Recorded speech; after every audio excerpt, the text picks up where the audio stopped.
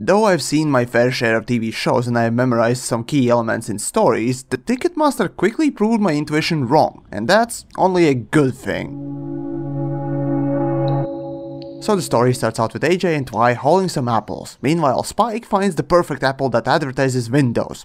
There's irony for you. But never mind that. Miss Sparkle receives 2 tickets to some fancy shindig, and I realize that this will be a story of A. How Twilight takes advantage of every pony, or B. Pits everyone against each other for the tickets. But no! Like an actual thinking person, she promises nothing and refuses to take favors. Wow! If I'm not mistaken, this type of story hasn't yet been done. Now, I understand I might not know of some obscure TV shows that have done it, but to my knowledge, this is a fresh take on such situation. The story for me was an interesting one, not as much because of characters involved or their actions, but rather resolution and end result. But I'm getting ahead of myself. Now, official events like balls or dinners or whatever, I have always hated. Well, okay, I've been only to one, and many of you know how that ended. The prospect of wearing some itchy, stuffy, sweaty clothes is one of the biggest reasons why I utterly hate it. So I'm with Spike on this one. When I think of these official events, I always think of snooty, uptight, bullshit-spewing wastes of space that communicate in passive-aggressive sentences due to being miserable. But anyways, on with the story. First, AJ explains that she could sell some of her catering to ponies in the ball. Well, that actually sounds like a great idea. There are several crucial problems with it. First of which is the fact that selling your own food at some big event without organizers' knowledge or approval would be like going to kid's birthday party and selling some lemonade laced with laxatives. It would turn the whole thing into a shitfest. Literally. I would know. I tried it once. Trust me, if I couldn't shapeshift, my corpse would be stuffed like a piñata outside that town's gate this very moment. But how was I supposed to know that ponies didn't eat laxatives? But okay, suddenly Dash appears and demands to go too, just because her idols would be in the ball. Frankly, I know where she's coming from, but if anything, her reason for going compared to AJ's is pretty bad. But at the very least, I like to see how both ponies interacted with each other. And speaking of, here we get our first characterization for these two. AJ is hardworking and devoted to her family, and Rainbow is lazy yet somehow athletic. And as the episode later will show, selfish. All in all, I like how AJ and Dash plays off each other. I dare to say this is the best duo in the main cast. Next we run into Pinky, whose reason for going to the gala is asinine and not worth talking about. Soon after, Rarity appears because, plot convenience? Anyways, she really would be the only one able to pull off that society look. So say what you will, but Rarity and AJ in my mind would be the best candidates. But here comes a big but. Rarity thinks that she would meet someone special, then get crowned as a princess.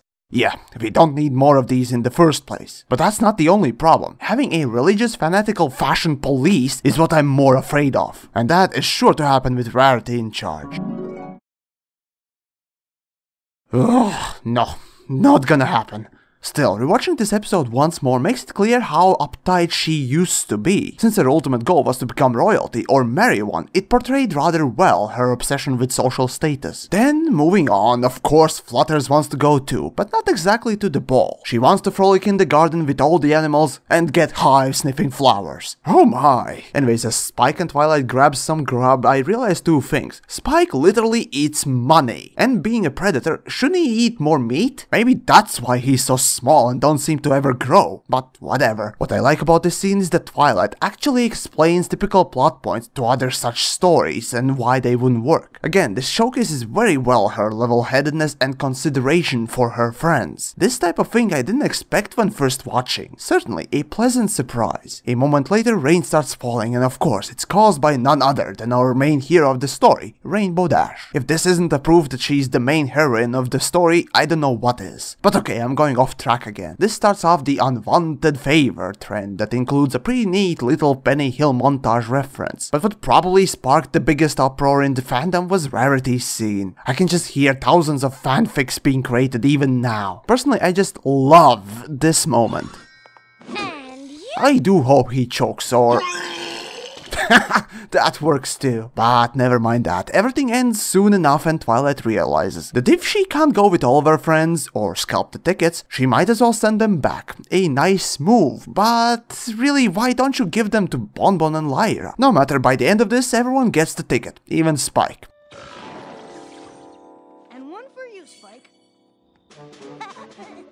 Oh, you sellout! But okay, fine, being left out of some event is kinda depressing, but when we talk about some snooty pompous ball, yeah, depression is nowhere in sight. Am I going insane or those tickets are floating? Does that mean that everyone in main 6 has the magics? No? It's just the ticket magics? No, okay. So, in short, the story was a pleasant deviation from already known plot points I've seen before, and it did surprise me how grown up Twilight acted. She approached the situation with everyone in mind and agonized about the choice, but when it comes to real-world implications of this narrative, well, sending tickets back would be a terrible idea. As for the message of having more than your friends can make you feel bad, yeah, it's certainly true, but honestly, compromising your own wealth to be on the level of others is stupid idea and does no good. Accept that you have more than someone else and learn to live with it, and when it will be possible for you to help out or share your wealth, do so if you desire. I mean, it'd be like burning half of your house down just because your friend had such an accident. But okay, in the end, if anyone offers you an expensive set of tickets, instead of giving them out, just scalp